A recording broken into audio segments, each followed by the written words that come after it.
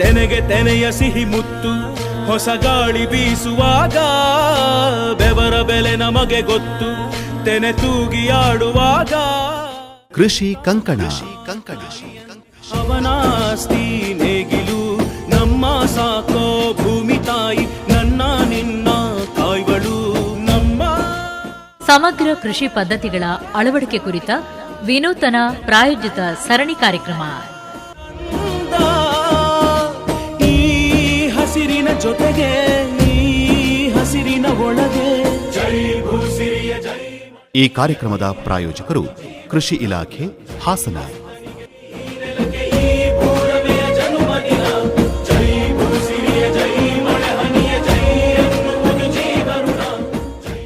ಆಲಿಸಿ ಕೃಷಿ ಕಂಕಣ.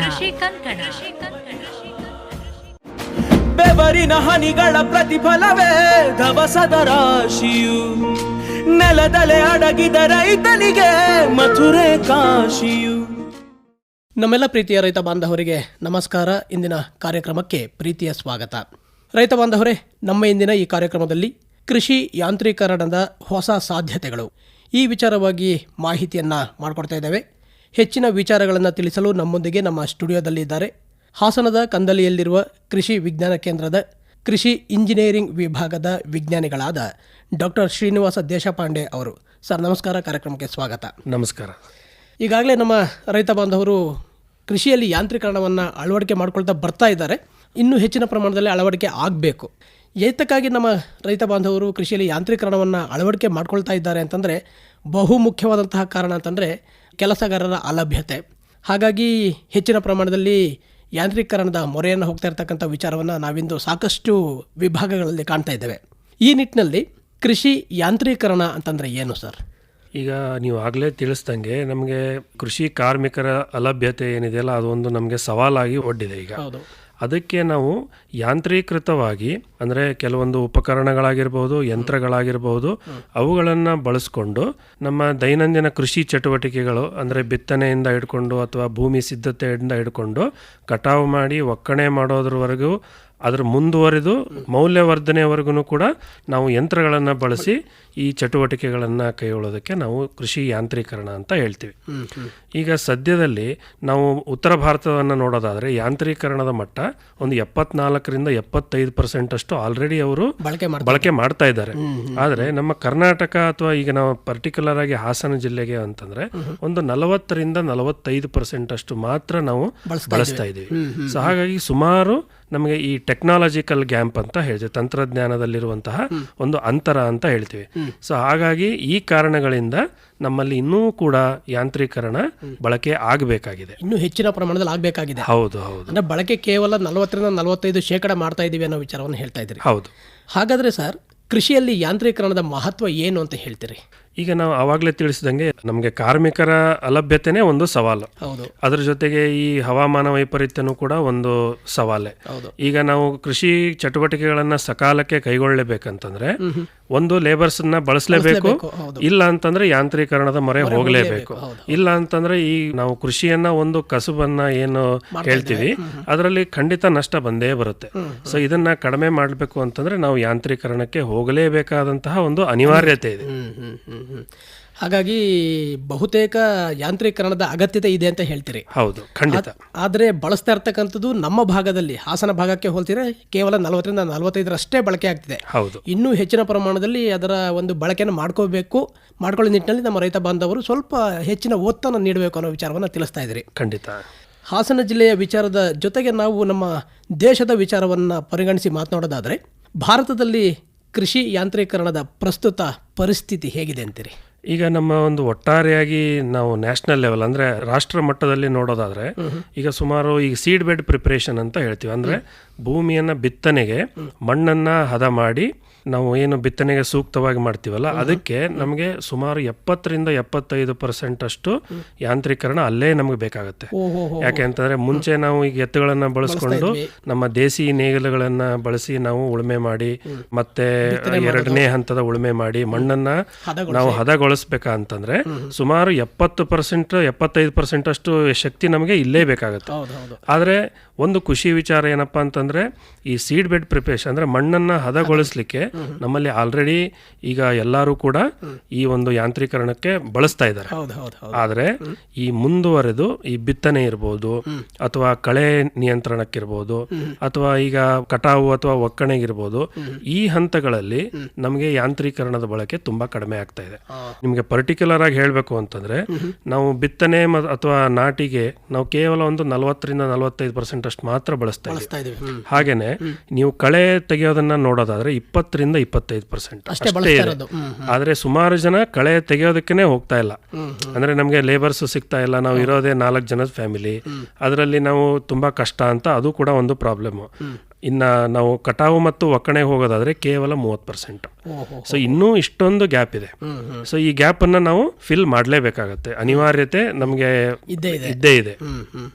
ಪ್ರಸ್ತುತ ಸ್ಥಿತಿ ಈಗ ನಮ್ಮ ದೇಶದ ಮಟ್ಟದಲ್ಲಿ ಹೋಲಿಸ್ಕೊಂಡ್ರೆ ಇನ್ನೂ ಸಾಕಷ್ಟು ನಾವು ಯಂತ್ರಗಳ ಮೇಲೆ ಅವಲಂಬನೆ ಆಗಿದ್ರೂ ಕೂಡ ಬಳಸ್ತಾ ಇಲ್ಲ ಅಂತ ಹೇಳಿ ಹೇಳ್ತಾ ಇದ್ರಿ. ಹೌದು, ಕೇವಲ ನಾವು ಆರಂಭದ ಹಂತದಲ್ಲಿ ಮಾತ್ರ ಹೆಚ್ಚಿನ ಪ್ರಮಾಣದಲ್ಲಿ ಬಳಕೆ ಮಾಡ್ತಿರೋದು ಕಂಡು ಬರ್ತಾ ಇದೆ. ಈಗ ಇನ್ನು ನಮಗೆ ಇನ್ನು ಕಟಾವಿನ ಹಂತದವರೆಗೆ ಇನ್ನೂ ಹೆಚ್ಚಿನ ಪ್ರಮಾಣದಲ್ಲಿ ಬಳಕೆ ಮಾಡಬೇಕು. ಮುಖ್ಯವಾಗಿ ನಾವು ಕಳೆ ನಿಯಂತ್ರಣಕ್ಕೆ ಯಾರು ಕೂಡ ಅಷ್ಟೊಂದು ಒತ್ತನ್ನ ಕೊಡ್ತಾ ಇಲ್ಲ. ಹಾಗಾಗಿ ಕಳೆ ನಿಯಂತ್ರಣ ನಾವು ಒಂದು ನೀಟಾಗಿ ಮಾಡಿದ್ರೆ ಅರ್ಧ ನಾವು ಇಳುವರಿಯನ್ನ ಅಲ್ಲಿಗೆ ಹೆಚ್ಚಿಗೆ ಮಾಡಬಹುದು. ಸರ್, ಮುಂದುವರೆದಂತೆ ಕೃಷಿ ಯಾಂತ್ರೀಕರಣದಲ್ಲಿ ಇರ್ತಕ್ಕಂತಹ ಪ್ರಮುಖ ತಾಂತ್ರಿಕ ಅಂತರಗಳು ಯಾವ್ಯಾವ ಅಂತ ತಿಳಿಸ್ಕೊಡಿ ಸರ್. ನಾನು ಮೊದಲೇ ಹೇಳ್ದಂಗೆ ತಂತ್ರಜ್ಞಾನಗಳು ನಮ್ಮ ಹತ್ರ ಆಲ್ರೆಡಿ ಇದೆ, ಆದ್ರೆ ಬಳಕೆ ಯಾಕೆ ಆಗ್ತಾ ಇಲ್ಲ ಅನ್ನೋದಕ್ಕೆ ಸುಮಾರು ಕಾರಣಗಳು. ಸೊ ಅದರಲ್ಲಿ ಪ್ರಮುಖವಾಗಿ ನಮ್ಮಲ್ಲಿ ಇರುವಂತಹ ಹಿಡುವಳಿದಾರರ ಒಂದು ಪ್ರಮಾಣ, ಅಂದ್ರೆ ಸಣ್ಣ ಮತ್ತೆ ಅತಿ ಸಣ್ಣ ರೈತರೇ ನಮ್ಮಲ್ಲಿ ಹೆಚ್ಚಿನ ಪ್ರಮಾಣದಲ್ಲಿ ಸಿಗೋದು. ಈಗ ನಾವು ದಕ್ಷಿಣ ಕರ್ನಾಟಕ ಅಂದ್ರೆ ನಾವು ಸೌತ್ ಕರ್ನಾಟಕ ಜಿಲ್ಲೆಗಳನ್ನ ನೋಡೋದಾದ್ರೆ ನಮ್ಗೆ ಸುಮಾರಾಗಿ ರೈತರು ಸಿಗೋದೇ ಅತಿ ಸಣ್ಣ ರೈತರು, ಮತ್ತೆ ಕೇವಲ ಒಂದು 10 ಗುಂಟೆ 20 ಗುಂಟೆ ಅಥವಾ 1 ಎಕರೆ 2 ಎಕರೆ ಈ ತರದ ಹಿಡುವಳಿದಾರರೇ ನಮಗೆ ಜಾಸ್ತಿ ಸಿಗೋದು. ಈಗ ಅವರು ಇರೋಂತಹ ಚಿಕ್ಕ ಜಮೀನಲ್ಲಿ ನಾವು ಯಂತ್ರಗಳನ್ನ ಬಳಸಿ ನಾವು ಮಾಡಬೇಕು ಅಂತಂದ್ರೆ ಕಷ್ಟ ಆಗುತ್ತೆ. ಯಾಕೆಂದ್ರೆ ಅಷ್ಟೊಂದು ಅವರು ಹಣವನ್ನ ಬಂಡವಾಳ ಹಾಕ್ಬೇಕಾಗತ್ತೆ, ಆದ್ರೆ ಅಷ್ಟೊಂದು ಬಳಕೆಗೆ ಸಿಗಲ್ಲ ಅವರಿಗೆ. ಅದರಿಂದಾಗಿ ಸುಮಾರು ಜನ ರೈತರು ಹಿಂದೇಟಾಗ್ತಾರೆ. ಆದ್ರೆ ಕೃಷಿ ಇಲಾಖೆ ಇರ್ಬೋದು ಅಥವಾ ಘನ ಸರ್ಕಾರ ಇರ್ಬೋದು, ಯಾಂತ್ರೀಕರಣಕ್ಕೆ ಉತ್ತೇಜನ ನೀಡಕ್ಕೆ ಸುಮಾರು ಯೋಜನೆಗಳನ್ನ ಹಾಕೊಂಡ್ರು, ಮತ್ತೆ ಅದನ್ನ ಆಲ್ರೆಡಿ ಚಾಲ್ತಿಯಲ್ಲೂ ಕೂಡ ಇದೆ.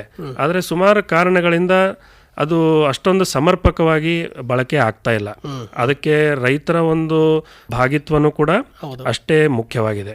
ಸೊ ಹಾಗಾಗಿ ಇದಕ್ಕೆ ಸರಿಯಾದ ಒಂದು ತರಬೇತಿ ಇರಬಹುದು, ಮಾಹಿತಿ ಇರಬಹುದು, ಇವುಗಳನ್ನ ನಾವು ಕೊಟ್ಟಾಗ ಅದು ನಾವು ಹೆಚ್ಚಿನ ಒಂದು ಯಾಂತ್ರೀಕರಣಕ್ಕೆ ಉತ್ತೇಜನ ನೀಡಬಹುದು ಅಂತ ಅದು ಒಂದು ಕಾರಣ. ಮತ್ತೆ ಈ ಯಂತ್ರಗಳ ಕೆಲವೊಂದು ಕೊರತೆ ಇದೆ.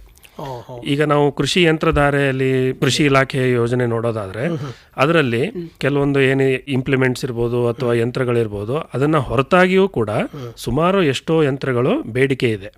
ಆದ್ರೆ ಅಲ್ಲಿ ಅಲಭ್ಯತೆ ಇರೋದ್ರಿಂದ ಅದನ್ನ ಇನ್ನೂ ಟೆಕ್ನಾಲಜಿ ಅಕ್ಸೆಪ್ಟ್ ಮಾಡಿದ್ರು ಕೂಡ ಬಳಕೆಗೆ ಅಲ್ಲಿ ನಮಗೆ ಸಿಗ್ತಾ ಇಲ್ಲ.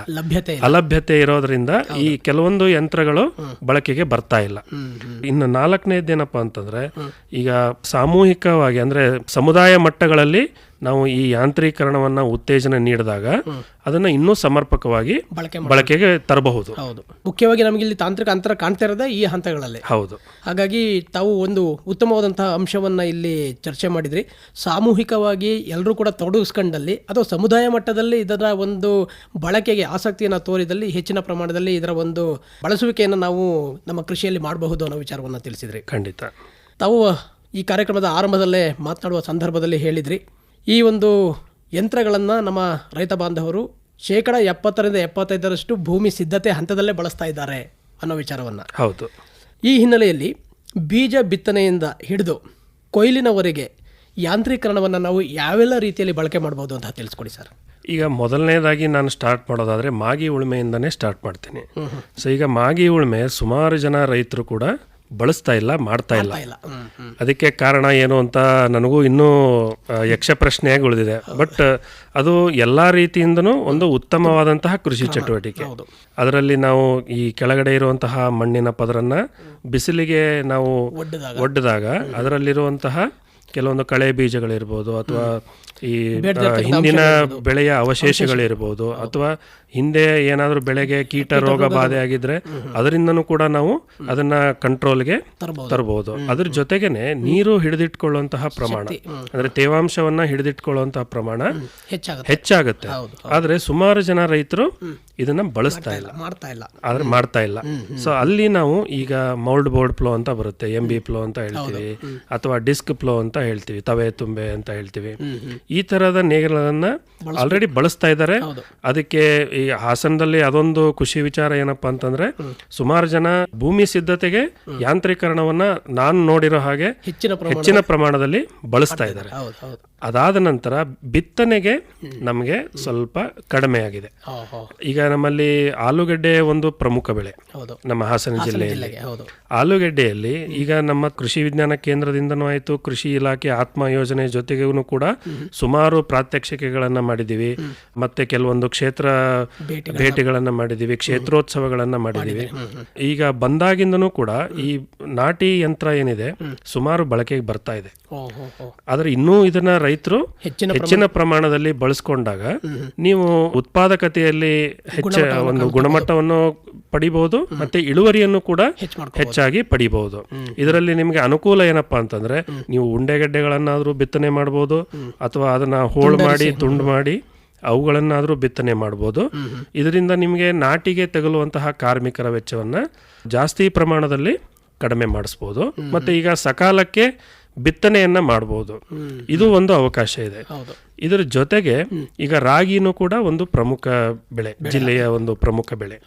ಇಲ್ಲಿ ಸುಮಾರು ಜನ ರೈತರು ಕೂಡ ಎರಚುವಂತಹ ವಿಧಾನವನ್ನ ಇನ್ನೂ ಕೂಡ ಬಳಸ್ತಾ ಇದ್ದಾರೆ, ಚಲಿಕೆ ರಾಗಿ ಪದ್ಧತಿ. ಆದ್ರೆ ರೈತರಿಂದಾನೇ ನಾವು ಫೀಡ್ಬ್ಯಾಕ್ ತಗೊಂಡಾಗ ಸಾಲ್ ರಾಗಿಯಲ್ಲಿ ನಮಗೆ ಬಂದಷ್ಟು ಇಳುವರಿ ಈ ಚಲಿಕೆ ರಾಗಿಯಲ್ಲಿ ಬರಲ್ಲ ಅಂತ ಅವರೇ ಹೇಳ್ತಾರೆ.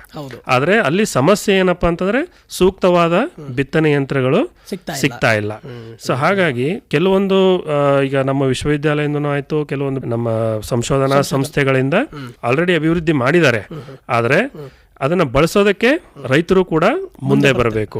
ಮುಂದೆ ಬಂದಾಗ ಅದನ್ನ ಏನು ತಪ್ಪಿದೆ, ಏನು ಸರಿ ಇದೆ, ಅದು ಚೆನ್ನಾಗಿದ್ರೆ ಇನ್ನೂ ಹೆಚ್ಚಿನ ಪ್ರಮಾಣಕ್ಕೆ ಪ್ರಚಾರ ಮಾಡಬಹುದು, ಅಥವಾ ಏನಾದರೂ ಲೋಪದೋಷಗಳಿದ್ರೆ ಅದನ್ನ ಸರಿಪಡಿಸ್ಕೋಬಹುದು. ಹಾಗಾಗಿ ರೈತರ ಭಾಗಿತ್ವನೂ ಕೂಡ ಇದರಲ್ಲಿ ಅಷ್ಟೇ ಪ್ರಮುಖವಾಗಿದೆ. ಇನ್ನು ನಾವು ಕಳೆ ನಿಯಂತ್ರಣಕ್ಕೆ ಸುಮಾರು ರೈತರು ಮುಂದೆ ಬರ್ತಾ ಇಲ್ಲ. ಎಲ್ಲರೂ ಕೂಡ ಕಳೆನಾಶಕಗಳನ್ನ ಬಳಸ್ಬಿಟ್ಟು ಕಳೆ ನಿಯಂತ್ರಣ ಮಾಡೋದಕ್ಕೆ ಹೋಗ್ತಾ ಇದ್ದಾರೆ. ಯಂತ್ರಗಳ ಲಭ್ಯತೆ ಇದೆ, ಆದ್ರೆ ಅಷ್ಟೊಂದು ಶ್ರಮ ವಹಿಸ್ಲಿಕ್ಕೆ ಮತ್ತೆ ಒಂದು ಖರ್ಚನ್ನ ಮಾಡ್ಲಿಕ್ಕೆ ಮುಂದೆ ಬರ್ತಾ ಇಲ್ಲ. ಕೇವಲ ನಾವೊಂದು ಕಳೆನಾಶಕಗಳನ್ನ ಸಿಂಪಡಣೆ ಮಾಡಿ ಕಂಟ್ರೋಲ್ಗೆ ತಗೋಬೇಕು ಅಂತ ಒಂದು ಮನಸ್ಥಿತಿ. ಹಾಗಾಗಿ ರೈತರು ಕೂಡ ಸ್ವಲ್ಪ ಈ ವಿಷಯಗಳಲ್ಲಿ ಬದಲಾವಣೆ ಆದಾಗ ಹೆಚ್ಚಿನ ಯಾಂತ್ರೀಕರಣವನ್ನ ನಾವು ಕ್ಷೇತ್ರ ಮಟ್ಟಕ್ಕೆ ತರಬಹುದು.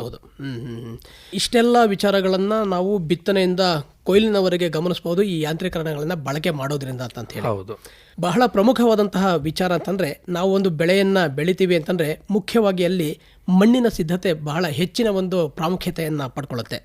ಈ ನಿಟ್ಟಿನಲ್ಲಿ ಮಣ್ಣಿನ ಸಿದ್ಧತೆಯನ್ನ ಮಾಡುವ ಸಂದರ್ಭದಲ್ಲಿ ಯಾವ ಯಂತ್ರಗಳನ್ನ ಬಳಕೆ ಮಾಡ್ತಾ ಇದ್ದೇವೆ ಈ ಒಂದು ಯಾಂತ್ರೀಕರಣದಲ್ಲಿ? ಈಗ ಸದ್ಯಕ್ಕೆ ನಾನು ಹೇಳ್ದಂಗೆ ಫಸ್ಟ್ ಮಾಗಿ ಉಳುಮೆ ಅಥವಾ ಆಳವಾದ ಉಳುಮೆಗೆ ಮೌಲ್ಡ್ ಬೋರ್ಡ್ ಪ್ಲೋಗಳನ್ನ ಬಳಸ್ತಾ ಇದ್ದಾರೆ.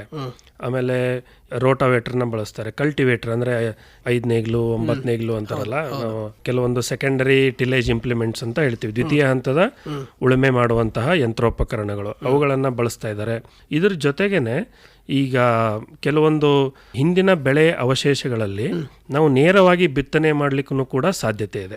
ಅಂದ್ರೆ ಯಾವುದೇ ಒಂದು ಪ್ರಥಮ ಹಂತದ ಉಳುಮೆಯನ್ನ ಮಾಡದೇನೆ ಹಿಂದಿನ ಬೆಳೆ ಅವಶೇಷಗಳಲ್ಲೇನೆ ಕೇವಲ ಬಿತ್ತನೆಗೆ ಎಷ್ಟು ಜಾಗ ಬೇಕೋ ಅಷ್ಟನ್ನ ಮಾತ್ರ ಒಂದು ಸಾಲನ್ನ ಕೊರೆದು ಅಲ್ಲಿ ಬಿತ್ತನೆ ಮಾಡ್ಲಿಕ್ಕೆ ನಮಗೆ ಅವಕಾಶ ಇದೆ. ಸೊ ಈ ತರ ಪದ್ಧತಿಗಳನ್ನ ನಾವು ಝೀರೋ ಟಿಲೇಜ್ ಸೀಡ್ ಡ್ರಿಲ್ ಅಂತ ಹೇಳ್ತೀವಿ. ಅಂದ್ರೆ ಶೂನ್ಯ ಬೇಸಾಯ ಪದ್ಧತಿ. ಅಂದ್ರೆ ಈಗ ಎಲ್ಲಿ ನಮಗೆ ಮಳೆ ಪ್ರಮಾಣ ಕಡಿಮೆ ಇದೆ, ಈಗ ನಮ್ಮ ಹಾಸನ ಜಿಲ್ಲೆಯಲ್ಲಿ ಅಂತಂದ್ರೆ ನಾವು ಅರಸೀಕೆರೆಗೆ ಈ ತಂತ್ರಜ್ಞಾನವನ್ನ ನಾವು ರೆಕಮೆಂಡ್ ಮಾಡಬಹುದು. ಅಂದ್ರೆ ಮಳೆ ಪ್ರಮಾಣ ಸ್ವಲ್ಪ ಕಡಿಮೆ ಇರೋದ್ರಿಂದ ಹಿಂದಿನ ಬೆಳೆಯಲ್ಲಿ ಕಟಾವ್ ಆದ ನಂತರ ಇನ್ನೂ ಕೂಡ ತೇವಾಂಶ ಇರುತ್ತೆ ಮಣ್ಣಲ್ಲಿ. ಆ ತೇವಾಂಶವನ್ನ ಬಳಸ್ಕೊಂಡು ನಾವು ಈ ತರಹದ ಒಂದು ಯಂತ್ರೋಪಕರಣಗಳಿಂದ ಡೈರೆಕ್ಟ್ ಆಗಿ ಬಿತ್ತನೆಗೆ ಹೋಗ್ಬೋದು.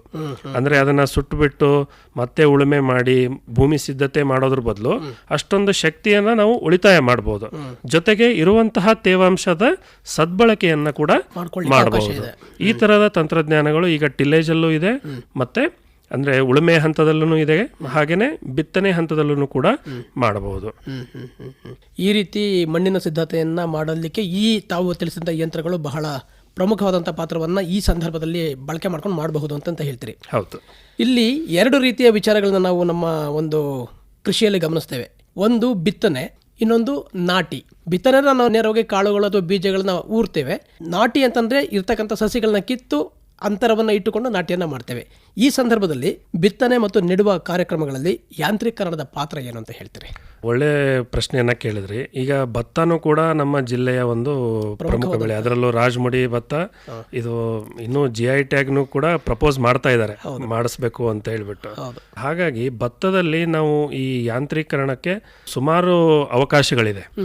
ಈಗ ನಾವು ಕೃಷಿ ವಿಜ್ಞಾನ ಕೇಂದ್ರದ ರೈತರ ಜೊತೆಗೆ ಹಾಗೂ ಇಲಾಖೆಯವರ ಜೊತೆಗೂ ಕೂಡ ಕೆಲವೊಂದು ಪ್ರಾತ್ಯಕ್ಷಿಕೆಗಳನ್ನು ನಾವು ಮಾಡಿದ್ವಿ. ಈಗ ಅದರಲ್ಲಿ ನಾವು ರೈತರ ಒಂದು ಅನಿಸಿಕೆ ಏನಪ್ಪ ಅಂತಂದರೆ, ಈಗ ಒಂದು ಸಸಿ ಮಡಿ ಮಾಡಿ ಅದನ್ನು ಕಿತ್ತಿ ನಾಟಿ ಮಾಡೋ ಹಂತದಲ್ಲಿ ಈಗ ನಾವು ಮಾಮೂಲಿ ಪದ್ಧತಿಗೆ ಹೋಲಿಸಿದ್ರು ಮತ್ತೆ ಯಾಂತ್ರೀಕೃತ ನಾಟಿಗೆ ಹೋಲಿಸಿದ್ರೆ 8,000 to 9,000 ರೂಪಾಯಿ ಕೇವಲ ನಾಟಿ ಮಾಡೋದ್ರವರೆಗೆ ಉಳಿಸ್ಬೋದು. ಈಗ ನಿಮ್ಗೆ ಇದರಲ್ಲಿ ಒಂದು 20-25 ಸಾವಿರ ಖರ್ಚಾಗ್ತಾ ಇತ್ತಂದ್ರೆ ಮಾಮೂಲಿ ನಾವು ಕೈಯಿಂದ ನಾಟಿ ಮಾಡೋ ಅಷ್ಟೊತ್ತಿಗೆ, ಜೊತೆಗೆ ಅದನ್ನ ಕಂಪೇರ್ ಮಾಡಿದ್ರೆ ಈ ಮಷಿನ್ ಅಥವಾ ಯಾಂತ್ರೀಕೃತ ನಾಟಿಯಲ್ಲಿ ಒಂದು 8,000 to 9,000 ಅಷ್ಟು ಆರಾಮಾಗಿ ನಾವು ಉಳಿತಾಯ ಮಾಡಬಹುದು. ಇದ್ರ ಜೊತೆಗೆ ಇನ್ನೊಂದು ಅನುಕೂಲ ಏನಪ್ಪಾ ಅಂತಂದ್ರೆ ಬೀಜದ ಪ್ರಮಾಣ ಕಡಿಮೆ ಬೇಕಾಗತ್ತೆ ಯಂತ್ರದಿಂದ ನಾಟಿ ಮಾಡಿದಾಗ. ಆಮೇಲೆ ಕೆಲವೊಂದು ರೈತರ ಒಂದು ಅನಿಸಿಕೆ ಏನಪ್ಪಾ ಅಂತಂದ್ರೆ, ನಾವು ಇಲ್ಲಿ 25 kg ಬಳಸ್ತೀವಿ, ಅಲ್ಲಿ ಕೇವಲ 15 to 20 kg ನೀವು ನಾಟಿ ಮಾಡ್ತೀರಿ, ನೀವು ಸಸಿ ತೆಳುವಾಗಿ ನೆಡೋದ್ರಿಂದ ಇಳುವರಿ ಬರಲ್ಲ ಅನ್ನೋಂತಹ ಒಂದು ತಪ್ಪು ಕಲ್ಪನೆ ಇದೆ. ಆ ಥರ ಇಲ್ಲ. ಈಗ ಉದಾಹರಣೆಗೆ ನಿಮಗೂ ಪರಿಚಯ ಇರ್ಬೋದು, ನಮ್ಮ ದಬ್ಬೆಗದ್ದೆ ಕಾಂತರಾಜ್ ಅವರು ಇರ್ಬೋದು. ಈಗ ಸುಮಾರು ಪ್ರಗತಿಪರ ರೈತರು ಅವರು ಈ ಯಾಂತ್ರೀಕೃತ ಭತ್ತದ ಒಂದು ಪದ್ಧತಿಯನ್ನೇ ಮಾಡಿಸ್ತಾ ಇದ್ದಾರೆ. ಅವರು ಒಂದು ವರ್ಷಕ್ಕೆ ಸುಮಾರು ಏನಿಲ್ಲ ಒಂದು 200 to 300 ಎಕರೆ ಅವರೇ ಸ್ವತಃ ನಾಟಿ ಮಾಡಿ ಒಂದು ಈ ಯಾಂತ್ರೀಕೃತ ಕೃಷಿಯಲ್ಲಿ ಒಂದು ಒಳ್ಳೆ ಯಶಸ್ಸನ್ನ ಕಂಡಿದ್ದಾರೆ. ಅಲ್ಲಿ ನಮಗೆ ಸಸಿಯಿಂದ ಸಸಿಗೆ ನಾವು ಸರಿಯಾದ ಅಂತರವನ್ನು ಕಾಯ್ಕೊಂಡಾಗ ನಮಗೆ ತೆಂಡೆ ಹೊಡೆಯುವಂತಹ ಪ್ರಮಾಣನೂ ಕೂಡ ಚೆನ್ನಾಗಿರುತ್ತೆ, ಮತ್ತೆ ಇಳುವರಿಯಲ್ಲೂ ಕೂಡ ಒಂದು ಹೆಚ್ಚಿನ ಒಂದು ಇಳುವರಿಯನ್ನು ಕೂಡ ನಾವು ಪಡಿಲಿಕ್ಕೆ ಸಹಾಯ ಆಗುತ್ತೆ. ಇದ್ರ ಜೊತೆಗೇನೆ ಕಳೆ ನಿಯಂತ್ರಣಕ್ಕೂ ಕೂಡ ಒಂದು ಅವಕಾಶ ಇದೆ. ಈಗ ಕೋನೋವಿಡ್ರ್ ಇರ್ಬೋದು, ಆಮೇಲೆ ಈಗ ಕೆಲವೊಂದು ಬ್ಯಾಟ್ರಿ ಚಾಲಿತ ಕಳೆ ತೆಗೆಯುವಂತಹ ಯಂತ್ರಗಳು ಬಂದಿದ್ದಾವೆ, ಎಸ್ಪೆಷಲಿ ಭತ್ತಕ್ಕೆ ಅಂತಾನೆ ಬಂದಿದ್ದಾವೆ. ಅದನ್ನು ಕೂಡ ನಾವು ಬಳಸಿದಾಗ ಕಳೆ ನಿಯಂತ್ರಣ ಮಾಡ್ಬೋದು, ಮತ್ತೆ ಯಾಂತ್ರೀಕೃತ ನಾಟಿಯನ್ನ ಮಾಡ್ಬೋದು. ಆಮೇಲೆ ಈಗ ಕಟಾವಿಗೆ ನಾವು ರೀಪರ್ಗಳನ್ನ ಬಳಸ್ಬೋದು, ಅಥವಾ ಕಂಬೈನ್ ಹಾರ್ವೆಸ್ಟರ್ ಕೂಡ ಈಗ ಇತ್ತೀಚೆಗೆ ಬಳಸ್ತಾ ಇದ್ದಾರೆ. ಆಮೇಲೆ ಪ್ರಚಲಿತದಲ್ಲೂ ಇದೆ, ಆಮೇಲೆ ಜಾಸ್ತಿ ಜನ ರೈತರು ಇಂಟ್ರೆಸ್ಟ್ ತೋರಿಸ್ತಾ ಇದ್ದಾರೆ. ಸೊ ಹಾಗಾಗಿ ಈ ಮೆಕನೈಸೇಷನ್ಗೆ ಅಥವಾ ಯಾಂತ್ರೀಕರಣಕ್ಕೆ ಈ ನಾವು ನಾಟಿಯನ್ನ ಯಂತ್ರದ ಮುಖಾಂತರ ಮಾಡಿದಾಗ ನಮಗೆ ಸಾಕಷ್ಟು ಲಾಭಗಳು ಇದಾವೆ. ಆಮೇಲೆ ವೆಚ್ಚದಲ್ಲೂ ಕೂಡ ನಾವು ಕಡಿಮೆ ಮಾಡ್ಬೋದು, ಉಳಿತಾಯ ಕೂಡ ಮಾಡಬಹುದು. ಇನ್ನು ಮಧ್ಯಂತರ ಕೃಷಿ ಕಾರ್ಯಗಳಲ್ಲಿ ಯಂತ್ರಗಳನ್ನ ಉಪಯೋಗವನ್ನ ಹೇಗೆ ಮಾಡಬಹುದು ಅಂತ ಹೇಳ್ತಾರೆ? ಸ್ಪ್ರೇಯಿಂಗ್ ಇರ್ಬೋದು, ಅಂದ್ರೆ ಈಗ ಲಘು ಪೋಷಕಾಂಶಗಳಿರ್ಬೋದು ಅಥವಾ ಕೀಟನಾಶಕಗಳಿರ್ಬೋದು, ಇವುಗಳನ್ನ ಬಳಸಲಿಕ್ಕೆ ಸುಮಾರು ತರಹದ ಸಿಂಪಡಣಾ ಯಂತ್ರಗಳು ಬಂದಿದ್ದಾವೆ. ಈಗ ಅದರಲ್ಲಿ ಇನ್ನೊಂದು ಖುಷಿಯ ವಿಚಾರ ಏನಪ್ಪಾ ಅಂತಂದ್ರೆ, ಈಗ ನಮ್ಮ ಹಾಸನ ಜಿಲ್ಲೆಯಲ್ಲಿ ಯಥೇಚ್ಛವಾಗಿ ಈಗ ಡ್ರೋನ್ ಸಿಂಪಡಣೆ ಕೂಡ ಪ್ರಾಮುಖ್ಯತೆಯನ್ನು ಪಡಿತಾ ಇದೆ, ಮತ್ತೆ ಸುಮಾರು ಜನ ರೈತರು ಅಳವಡಿಸ್ಕೊಳ್ತಾ ಇದ್ದಾರೆ. ಸೊ ಅದು ಒಂದು ಪ್ರಮುಖ ಒಂದು ಸಂತೋಷದ ವಿಷಯ. ಅದ್ರ ಜೊತೆಗೇನೆ ಈಗ ತೊಗರಿ ಇರ್ಬೋದು, ಅಂದ್ರೆ ಏಕ ಬೆಳೆ ಪದ್ಧತಿಯಲ್ಲಿ ಮಾತಾಡ್ತಾ ಇದ್ದೀನಿ, ಅಥವಾ ಸೂರ್ಯಕಾಂತಿ ಇರ್ಬೋದು, ಈ ತರದ ಎತ್ತರದ ಬೆಳೆಗಳು ಏನ್ ಬರ್ತವೆ, ಅಥವಾ ಮೆಣಸಿನಕಾಯಿ ಇರ್ಬೋದು, ಈ ತರದ ಎತ್ತರದ ಬೆಳೆಗಳಲ್ಲಿ ಒಂದು ಹಂತದ ನಂತರ ನಾವು ಟ್ರ್ಯಾಕ್ಟರ್ಗಳನ್ನ ತಗೊಂಡು ಹೋಗೋದಕ್ಕಾಗಲ್ಲ ಆ ಬೆಳೆಯಲ್ಲಿ. ಸೊ ಅಂತಹ ವಿಷಯಗಳಲ್ಲಿ ಈಗ ನಮಗೆ ಹೈ ಕ್ಲಿಯರೆನ್ಸ್ ಸ್ಪ್ರೇಯರ್ಸ್ಗಳು ಬಂದಿದ್ದಾವೆ. ಬೇರೆ ಬೇರೆ ಕಂಪ್ನಿಗಳಲ್ಲಿ ನಾವು ಆ ಗಾಲಿಯ ಎತ್ತರವನ್ನ ಅಡ್ಜಸ್ಟ್ ಮಾಡಿಕೊಂಡು ನಮ್ಮ ಬೆಳೆ ಎಷ್ಟು ಎತ್ತರದಲ್ಲಿದೆ ಅದಕ್ಕೆ ಯಾವುದೇ ರೀತಿಯ ಹಾನಿ ಆಗದಂತೆನೆ ಅದನ್ನ ಬೆಳೆಯ ಒಳಗಡೆ ತಗೊಂಡು ನಾವು ಸಿಂಪಡಣೆಯನ್ನ ಮಾಡ್ಲಿಕ್ಕೆ ಅವಕಾಶ ಇದೆ. ಸೊ ಇದು ನಿಮಗೆ ಒಂದು ಸರಿ ಮೂವ್ ಆಯ್ತು ಅಂತಂದ್ರೆ 3 to 4 ಮೀಟರ್ ಅಷ್ಟು ಬೆಳೆಯನ್ನ ಅದರಲ್ಲಿ ಕವರ್ ಆಗುತ್ತೆ. ಅಷ್ಟು ಏಕಕಾಲಕ್ಕೆ 3 to 4 ಮೀಟರ್ ಅಲ್ಲಿ ಒಂದು ಏನಿಲ್ಲ ಒಂದು 15 to 20 ಸಾಲನ್ನ ನೀವು ಏಕಕಾಲಕ್ಕೆ ಸಿಂಪಡಣೆಯನ್ನ ಮಾಡಬಹುದು. ಸೊ ಇದ್ರ ಜೊತೆಗೆ ಈಗ ಇಂಜಿನ್ ಸ್ಪ್ರೇಯರ್ಸ್ಗಳು ಬಂದಿದೆ, ಅಂದ್ರೆ HTP ಸ್ಪ್ರೇಯರ್ ಅಂತ ಹೇಳ್ತೀವಿ, ಹೈ ಥ್ರೋಪುಟ್ ಸ್ಪ್ರೇಯರ್ ಅಂತ ಹೇಳ್ತೀವಿ. ಸೊ ಅದು ಕೂಡ ನಿಮ್ಗೆ ಒಂದು ಒಳ್ಳೆಯ ಅವಕಾಶ ಇದೆ. ಈಗ ಸಿಂಪಡಣೆ ಅಂತ ಸಸ್ಯ ಸಂರಕ್ಷಣಾ ಚಟುವಟಿಕೆಗಳಲ್ಲಿ ಅದು ಕೂಡ ಒಂದು ನಮಗೆ ಅವಕಾಶ. ಇಲ್ಲೂ ಕೂಡ ನಾವು ಯಾಂತ್ರೀಕರಣವನ್ನು ಬಳಸಿದಾಗ ನಾವು ಇಲ್ಲಿ ಮಾನವ ಶಕ್ತಿಯನ್ನ ಕಡಿಮೆ ಮಾಡುವಂತಹ ಒಂದು ಅವಕಾಶ ಇದೆ ನಮಗೆ. ಬಹಳ ಪ್ರಮುಖವಾದಂತಹ ವಿಚಾರ ನಮ್ಮ ಒಂದು ಕೃಷಿಯಲ್ಲಿ ಅಂತಂದ್ರೆ ಕೊಯ್ಲು ಸರ್. ಈ ಕೊಯ್ಲೆ ಬಹಳ ಪ್ರಮುಖವಾದಂತಹ ಪಾತ್ರ. ಹಾಗಾಗಿ ಕೊಯ್ಲು ಮತ್ತು ಮಳಿ ಕಾರ್ಯಗಳಲ್ಲಿ ಯಂತ್ರಗಳ ಪ್ರಯೋಜನ ಏನು ಅಂತ ಹೇಳ್ತೀರಿ? ಈಗ ನಾನು ಅವಾಗಲೇ ಹೇಳ್ದಂಗೆ ಮೊದಲು ಈ ಕಂಬೈನ್ ಹಾರ್ವೆಸ್ಟರು ಭತ್ತಕ್ಕೆ ಮತ್ತು ಗೋಧಿಗೆ ಅವರು ತಯಾರು ಮಾಡಿದ್ದು, ಭತ್ತ ಮತ್ತು ಗೋಧಿಗೆ ತಯಾರು ಮಾಡಿದ್ದು. ಆದರೆ ಇತ್ತೀಚೆಗೆ ಎಲ್ಲ ಬೆಳೆಗಳಿಗೂ ಕೂಡ ಬಳಸ್ತಾ ಇದ್ದೀವಿ. ಈಗ ನಾವು ರಾಗಿಗೂ ಕೂಡ ಈ ಮೆಷಿನ್ ಹಾರ್ವೆಸ್ಟ್ ಇಂದ ಅಥವಾ ಕಂಬೈನ್ ಹಾರ್ವೆಸ್ಟರ್ಗಳಿಂದ ಮಾಡ್ತಾ ಇದೀವಿ. ನಿಮ್ಗೆ ಒಂದೇ ಒಂದು ಉದಾಹರಣೆ ಹೇಳೋದಾದ್ರೆ, ಈಗ ನಾವು ಹಾರ್ವೆಸ್ಟಿಂಗ್ಗೆ ಅಥವಾ ಯಾವುದೇ ಒಂದು ಖರ್ಚನ್ನ ನೋಡೋದಾದ್ರೆ ಸುಮಾರು ಅರ್ಧದಷ್ಟು ನಾವು ಯಾಂತ್ರೀಕರಣವನ್ನ ಬಳಸ್ಕೊಂಡು ಉಳಿಸ್ಕೋಬಹುದು. ಆಮೇಲೆ 1 ಗಂಟೆಯಿಂದ 2 ಗಂಟೆ ಅಷ್ಟೊತ್ತಿಗೆ ನಿಮ್ದು 1 ಎಕರೆ ಅಥವಾ 1.5 ಎಕರೆ ಜಮೀನನ್ನ ಕಟಾವು ಮಾಡಿ ಒಕ್ಕಣೆನೂ ಕೂಡ ಆಗ್ಬಿಡುತ್ತೆ. ಆಮೇಲೆ ಅದನ್ನ ಬೆಳೆಯನ್ನ ಅಲ್ಲೇ ನಮ್ಮ ಜಮೀನಲ್ಲಿ ಬಿಟ್ಟು ಒಣಗಿಸಿ ಆಮೇಲೆ ನಾವು ರಾಶಿ ಮಾಡೋದ್ರ ಬದಲು ಒಣಗಿಸೋವರೆಗೂ ಕಾಯ್ದು ಸರಿಯಾದ ಒಂದು ತೇವಾಂಶ ನಮ್ಮ ಕಾಳುಗಳಲ್ಲಿ ಇತ್ತು ಅಂತಂದ್ರೆ ಅಂತಹ ಸಮಯದಲ್ಲಿ ನಾವು ಈ ಕಂಬೈನ್ ಹಾರ್ವೆಸ್ಟರ್ಗಳನ್ನ ಬಳಸ್ಬಿಟ್ಟು ಏಕಕಾಲಕ್ಕೆ ಕಟಾವು ಮತ್ತೆ ಒಕ್ಕಣೆಯನ್ನು ಕೂಡ ಮಾಡಬಹುದು. ಆಮೇಲೆ ಇನ್ನೂ ಒಂದು ಅವಕಾಶ ಏನಪ್ಪಾ ಅಂತಂದ್ರೆ ಭತ್ತದಲ್ಲಿ ಈ ಬೇಲರ್ ಅಂತ ಬರುತ್ತೆ, ಪೆಂಡಿಕಾರಕಗಳು. ಇತ್ತೀಚೆಗೆ ನಮ್ಮಲ್ಲಿ ಸೈಲೇಜ್ ಬಳಸುವಂತಹ ಪ್ರಮಾಣ ಜಿಲ್ಲೆಯಲ್ಲಿ ಹೆಚ್ಚಾಗಿದೆ.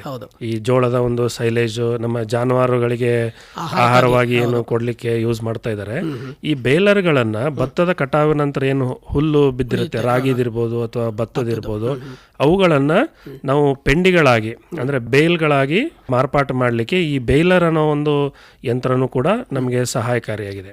ಸೊ ಇದರಿಂದ ಏನಾಗುತ್ತೆ ಅಂತಂದ್ರೆ ಶೇಖರಣೆಯನ್ನ ಮಾಡ್ಲಿಕ್ಕೆ ಅನುಕೂಲ ಆಗುತ್ತೆ. ಒಂದು ಕೇವಲ ಪೆಂಡಿಗಳಲ್ಲಿ 20 ರಿಂದ 25 kg ಒಂದೊಂದು ಬೇಲ್ಗಳು ಬರ್ತವೆ. ಅವುಗಳನ್ನ ಸ್ಟೋರೇಜ್ ಮಾಡ್ಲಿಕ್ಕೆ ಮತ್ತೆ ಹ್ಯಾಂಡಲ್ ಅಂದ್ರೆ ಟ್ರಾನ್ಸ್ಪೋರ್ಟೇಷನ್ ಕೂಡ ನಮ್ಗೆ ಅನುಕೂಲ ಆಗುತ್ತೆ. ಈ ಭತ್ತದ ಹುಲ್ಲನ್ನ ನಾವು ಟ್ರಾಲಿಗಳಲ್ಲಿ ತುಂಬಿಸ್ಕೊಂಡು ಹೋಗೋ ಬದಲು ಈ ತರ ಪೆಂಡಿಕಾರಕಗಳನ್ನಾಗಿ ಮಾಡಿ ನಿಮ್ಗೆ ನಿಯಂತ್ರಣಕ್ಕೂ ಕೂಡ ಅನುಕೂಲ ಆಗುತ್ತೆ. ಕೊಯ್ಲು ಆಯ್ತು ಸರ್. ಕೊಯ್ಲಿನ ನಂತರದ ತಂತ್ರಜ್ಞಾನಗಳಲ್ಲಿ ಯಾಂತ್ರೀಕರಣದ ಪಾತ್ರ ಏನು ಅಂತ ಹೇಳ್ತಾರೆ? ಕರೋನಾ ಬಂದು ಹೋದ ನಂತರ ನಾವು ಕ್ವಾಲಿಟಿ ಮತ್ತೆ ಹೆಲ್ತ್ ಕಾನ್ಶಿಯಸ್ನೆಸ್ಗೆ ಜಾಸ್ತಿ ಒತ್ತನ್ನು ಕೊಡ್ತಾ ಇದ್ದೀವಿ. ಈ ಕ್ವಾಲಿಟಿ ಗುಣಮಟ್ಟದ ಒಂದು ಮಾಪನ ಮಾಡಲಿಕ್ಕೆ ಇಲ್ಲಿ ನಮಗೆ ಈಗ ಆರ್ಟಿಫಿಷಿಯಲ್ ಇಂಟೆಲಿಜೆನ್ಸ್ ಇದೆ, ಮಷಿನ್ ಲರ್ನಿಂಗ್ ಇದೆ. ಸೊ ಈ ತಂತ್ರಜ್ಞಾನಗಳನ್ನು ಬಳಸ್ಕೊಂಡು ನಾವು ಕೆಲವೊಂದು ಇಂಟರ್ವೆನ್ಷನ್ಸ್ಗಳನ್ನು ಮಾಡ್ಬೋದು. ಈಗ ಉದಾಹರಣೆಗೆ ನಮ್ಮ ಬೆಳೆ ಆರೋಗ್ಯಕರವಾಗಿದೆಯೋ ಇಲ್ಲೋ ಅಂತೇಳಿ ಈಗ ಸೊಫಿಸ್ಟಿಕೇಟೆಡ್ ಡ್ರೋನ್ಸ್ಗಳು ಬರ್ತಾ ಇದ್ದಾವೆ. ಸೊ ಡ್ರೋನ್ಸ್ಗಳ ಮುಖಾಂತರ ನಾವು ಬೆಳೆಯ ಒಂದು ಆರೋಗ್ಯವನ್ನು ಕಂಡುಹಿಡಿಬೋದು. ಮತ್ತೆ ಯಾವ ಒಂದು ರೋಗದ ಬಾಧೆ ಎಷ್ಟಿದೆ, ಕಡಿಮೆ ಇದೆಯಾ ಅಥವಾ ಕೀಟದ ಹಾವಳಿ ಇದೆಯಾ, ಅವುಗಳನ್ನು ನಾವು ಕೇವಲ ಡ್ರೋನ್ ಸರ್ವೈವಲೆನ್ಸ್ ಇಂದ ಮಾಡ್ಬೋದು. ಮತ್ತೆ ಸ್ಯಾಟಲೈಟ್ ಇಮೇಜಸ್ಗಳನ್ನು ಬಳಸ್ಕೊಂಡು ಕೂಡ ನಾವು ಮಾಡ್ಬೋದು. ಹಾಗೇನೆ ಈಗ ನಮಗೆ ವಾತಾವರಣ, ಈಗ ನಮಗೆ ಕಳೆದ ವರ್ಷ ಮತ್ತು 1-2 ವರ್ಷದಿಂದ ಕೇದಿಗೆ ರೋಗ ನಮಗೆ ಜೋಳದಲ್ಲಿ ಪ್ರಮುಖವಾಗಿ ಬಾಧೆಯನ್ನ ನೀಡ್ತಾ ಇದೆ. ಇದರಲ್ಲಿ ವಾತಾವರಣದಲ್ಲಿ ಏನ್ ಚೇಂಜಸ್ ಆಗಿದೆ ಅದನ್ನ ನೀವು ಮುನ್ಸೂಚನೆಯಾಗಿ ಪಡ್ಕೊಂಡು ಅದಕ್ಕೆ ತಕ್ಕಂತೆ ನೀವು ಕೆಲವೊಂದು ಪ್ರಿಕಾಷನರಿ ಮೆಜರ್ಸ್ ನ ತಗೊಂಡು ಈ ಒಂದು ಕೇದಿಗೆ ರೋಗದ ಬಾಧೆಯನ್ನು ಕೂಡ ನೀವು ಹತೋಟಿ ಮಾಡಲಿಕ್ಕೆ ಕೆಲವೊಂದು ಅಡ್ವೈಸರೀಸ್ ಕೂಡ ಬರ್ತಾ ಇದಾವೆ. ಅಂದ್ರೆ ವೆದರ್ ಅಡ್ವೈಸರೀಸ್ ಅಂತ ಹೇಳ್ತೇವೆ. ಅಲ್ಲೂ ಕೂಡ ನಾವು ಈ ಕೃತಕ ಬುದ್ಧಿಮತ್ತೆಯನ್ನ ನಾವು ಬಳಸ್ಕೊಂಡು ಮಾಡ್ಲಿಕ್ಕೆ ಸಹಾಯ ಇದೆ. ಅದ್ರ ಜೊತೆಗೆ ಈಗ ರೋಬೋಟ್ಸ್ ಬರ್ತಾ ಇದಾವೆ.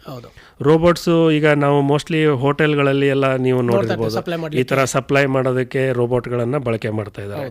ಇತ್ತೀಚಿನ ದಿನಗಳಲ್ಲಿ ತೋಟಗಾರಿಕೆ ಬೆಳೆಗಳಲ್ಲಿ ಎಸ್ಪೆಷಲಿ ಹಣ್ಣನ್ನ ಕಿತ್ತೋದಕ್ಕೆ, ಹಾಗೇನೆ ಕೆಲವೊಂದು ಮಾಗಿದೆಯೋ ಇಲ್ವೋ ಅಥವಾ ಮೆಚೂರ್ ಆಗಿದೆಯೋ ಇಲ್ವೋ ಅಂತ ಕ್ವಾಲಿಟಿ ಚೆಕ್ ಮಾಡೋದಕ್ಕೂ ಕೂಡ ಈ ರೋಬೋಟ್ಸ್ಗಳನ್ನ ಬಳಸ್ತಾ ಇದ್ದಾರೆ.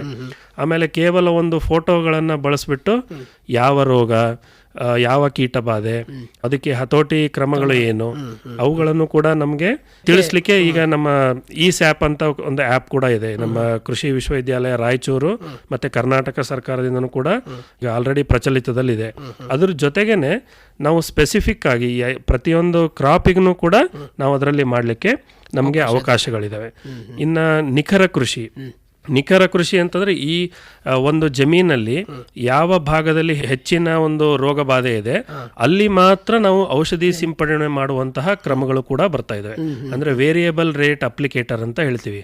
ಈಗ ಗೊಬ್ಬರ ಇರ್ಬೋದು ಅಥವಾ ಸಸ್ಯ ಸಂರಕ್ಷಣಾ ಕ್ರಮಗಳಿರ್ಬೋದು, ಎಲ್ಲಿ ಜಾಸ್ತಿ ಇದೆ ಅಲ್ಲಿ ಹೆಚ್ಚಿನ ಪ್ರಮಾಣದಲ್ಲಿ ಔಷಧಿ ಆಗಿರ್ಬೋದು ಮತ್ತೆ ಪೋಷಕಾಂಶಗಳನ್ನು ಕೊಡೋದು, ಎಲ್ಲಿ ಆರೋಗ್ಯಕರವಾಗಿದೆ ಅಲ್ಲಿ ನಾವು ಕೊಡೋದಿಲ್ಲ. ಅಂದ್ರೆ ಅಷ್ಟು ಪ್ರಮಾಣದ ಒಂದು ಪೋಷಕಾಂಶ ಇರ್ಬೋದು ಅಥವಾ ಔಷಧಿ ಇರ್ಬೋದು ಅಷ್ಟನ್ನ ಉಳಿತಾಯ ಮಾಡಬಹುದು. ಪ್ರತಿ ಎಂಟೈರ್ ಜಮೀನಿಗೂ ನಾವು ಸಿಂಪಡಣೆ ಮಾಡುವಂತಹ ಅವಶ್ಯಕತೆಗಳು ಇರೋದಿಲ್ಲ. ಸೊ ಇವು ಕೆಲವೊಂದು ಈಗ ಇತ್ತೀಚಿನ ದಿನಗಳಲ್ಲಿ ಬಂದಂತಹ ಕೆಲವೊಂದು ಪ್ರಚಲಿತ ವಿದ್ಯಮಾನಗಳು ಮತ್ತು ತಂತ್ರಜ್ಞಾನಗಳು. ಈ ರೀತಿಯ ಕ್ರಮಗಳನ್ನ ಕೊಯ್ಲಿನ ನಂತರ ನಾವು ನಮ್ಮ ಕೃಷಿಯಲ್ಲಿ ಅನುಸರಿಸಬಹುದು ಅಂತ ಹೇಳ್ತೀರಿ. ನಾವು ಸಾಕಷ್ಟು ಭಾಗದಲ್ಲಿ ನೋಡ್ತೀವಿ, ತಾವು ಈಗಾಗಲೇ ಮಾತನಾಡ್ತಾ ಕೂಡ ಹೇಳಿದ್ರಿ. ಅದಕ್ಕೆ ಪೂರಕವಾಗಿ ಈ ಪ್ರಶ್ನೆಯನ್ನು ಕೇಳ್ತೀನಿ ಸರ್. ಕೃಷಿಯಲ್ಲಿ ಸ್ವಯಂ ಚಾಲಿತ ತಂತ್ರಜ್ಞಾನಗಳನ್ನು ಬಳಕೆ ಮಾಡಿದರೆ ಹೇಗಿರುತ್ತೆ ಅಂತ ಹೇಳ್ತೀರಿ? ಅದು ಒಳ್ಳೆಯದೇ. ಆ್ಯಕ್ಚುಲಿ ಈಗ ನೀವು ಸ್ಮಾರ್ಟ್ ಫಾರ್ಮಿಂಗ್ ಅಂತ ಸುಮಾರು ನೀವು ಅಡ್ವರ್ಟೈಸ್ಮೆಂಟ್ಸ್ಗಳನ್ನು ನೋಡಿರ್ಬೋದು.